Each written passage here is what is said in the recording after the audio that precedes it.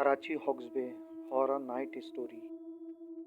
कराची की शामें हमेशा से हलचल और रोशनियों से भरपूर रही हैं, मगर हॉक्स बे का साहिल अपनी अलग खामोश और पुरअसरारियत रखता है।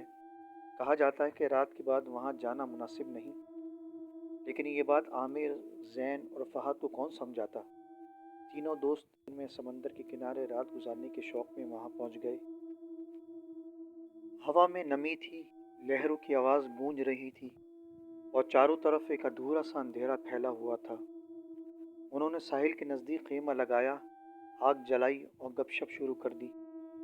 कुछ घंटों बाद चांद बादलों के पीछे छुप गया और माहौल एकदम सन्नाटे में डूब गया। फहद ने अचानक चौंक कर पूछा, तुम लोगों ने सुना कोई चीखने की आवाज़? जैन हंस पड़ा, यहाँ आसपास कोई नहीं, शायद तेरा वहम हो।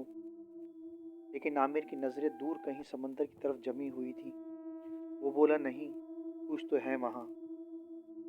लगभग आधे घंटे बाद जब तीनों ने सोने की तैयारी कर रहे थे, खेमे के बाहर रेत पर कदमों के वाज़ेह चाप सुनाई दी। ये चाप भारी नहीं थी, बल्कि ऐसे लग रही थी जैसे कोई नंगे पैर आहिस्ता आहिस्ता चल रहा हो। जैन ने खेमे की जिप आहिस्ता से खोली और बाहर झाँका, मगर अंधेरे के सिवा कुछ न था। यार, कोई मजाक कर रहा है? जैन ने घबरा कर पूछा।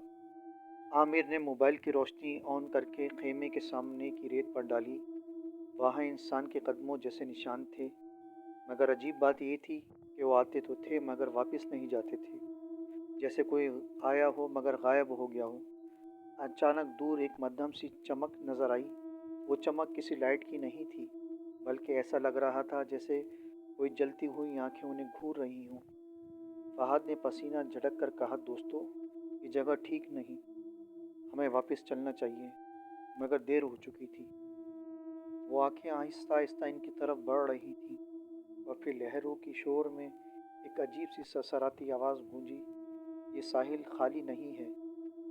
आमिर ने डर कर पीछे कदम लिया। अचानक रेत ऐसे हिलने लगी जैसे इसके नीचे कुछ हरकत कर रहा हो। अगले ही लम्हे रेत से एक सियासी परछाई निकलकर फजा में बुलंद हुई। वो इंसानी शक्ल तो इख्तियार किए हुई थी, मगर चेहरा बिल्कुल बेनक्श, न आँखें, न नाक, न मुंह। परछाइयाँ इनके बिल्कुल सामने आकर रुक गई। फहद की हिम्मत जवाब दे गई और वो ज़ोर से चीखा। जैसे इसकी चीख गूंजी, परछाइयाँ तेज़ी से पीछे समंदर में गायब हो गई, जैसे कभी थी ही नहीं। तीनों दोस्त बगैर कुछ कहे फौरन सामान समेटकर अपनी गाड़ी की तरफ भागे। इनके पीछे रेत पर दोबारा वही कदमों की चाप सुन रही थी। बाद में जब वो शहर पहुंचे तो फहद ने लरसती हुई आवाज़ में कहा, आज के बाद हॉक्स बे का नाम मत लेना। इस रात के बाद तीनों में से कोई भी कभी हॉक्स बे वापस नहीं गया, मगर आज भी बाज़ रातों में वहाँ समंदर के साथ वही सरसराती आवाज़ सुनाई देती है, जैसे कोई अभी पुकार रहा हो।